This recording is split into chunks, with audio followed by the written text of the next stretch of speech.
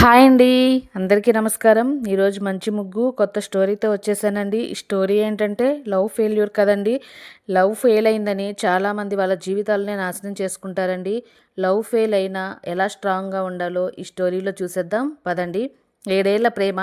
రోజు good morning నుండి good night వరకు మెసేజులు వస్తూనే ఉండేవి.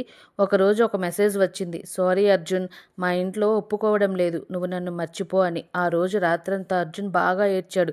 ఫోన్లో ఆమె ఫొటోస్ చూస్తూ అలానే ఉన్నాడు. ఫ్రెండ్స్ ఇలా అంటున్నారు. అందరూ అలా ఉండరు కానీ కొంతమంది ఉంటారండి. ఎలా అంటే, రేయ్ మామ మందు తాగరా, కొత్త అమ్మాయిని చూసుకోరా, ఎంతమంది లేరు అని. కానీ అర్జున్ ఒకటి చేశాడు. ఫోన్లో ఉన్న ఆమెతో చాటింగు, ఆమెతో దిగిన ఫొటోసు మొత్తం డిలీట్ చేశాడండి. తల్లి దగ్గరికి వెళ్ళి బాధగా కూర్చున్నాడు.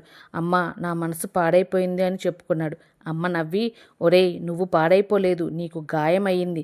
గాయానికి మందు వేసుకోవాలి, కాలు విరగ్గొట్టుకోకూడదు అని చెప్పింది. ఆ రోజు నుండి అర్జున్ డైలీ 6 గంటలకు లేచి రన్నింగ్ మొదలుపెట్టాడు.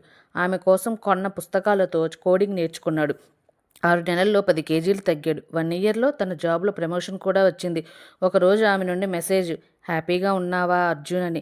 అర్జున్ రిప్లై ఇచ్చాడు, నువ్వు లేకుండానే హ్యాపీగా ఉన్నా. థ్యాంక్స్, నువ్వు వెళ్ళిపోవడం వల్ల నన్ను నేను కలుసుకున్నాను అని అన్నాడు. లవ్ ఫెయిల్ అవ్వడం అంటే ఎండ్ కాదండి. నీ మీద నువ్వు ఫోకస్ పెట్టి న్యూ స్టార్ట్ అని. ఆమె నీ లైఫ్లో ఒక చాప్టర్, కానీ నువ్వు మొత్తం బుక్కువి. ఒకరు వెళ్ళిపోతే ప్రపంచం ఆగదు కదండి. కానీ నువ్వు వెళ్ళిపోతే నీ ప్రపంచమే ఆగిపోతుంది. బ్రోకెన్ హార్ట్తోనే స్ట్రాంగెస్ట్ మనిషి పుడతాడండి.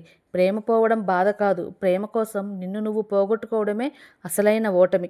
లవ్ ఫెయిల్ అయితే నా జీవితం అయిపోయింది, ఇక ఏమీ లేదు అని వాళ్ళు బాధపడుతూ వాళ్ళ తల్లిదండ్రులను కూడా బాధ పెడతారండి. ఈ జీవితం చాలా చిన్నది, హ్యాపీగా ఉండాలి. అంతే కదండి. ఎలా ఉందండి స్టోరీ? నచ్చిందా? నచ్చితే లైక్ చేసి, షేర్ చేసి, సబ్స్క్రైబ్ చేసుకోండి. ఇలాంటి మరిన్ని కథలు ముగ్గులతో మళ్ళీ వస్తాను. బాయ్ అండి.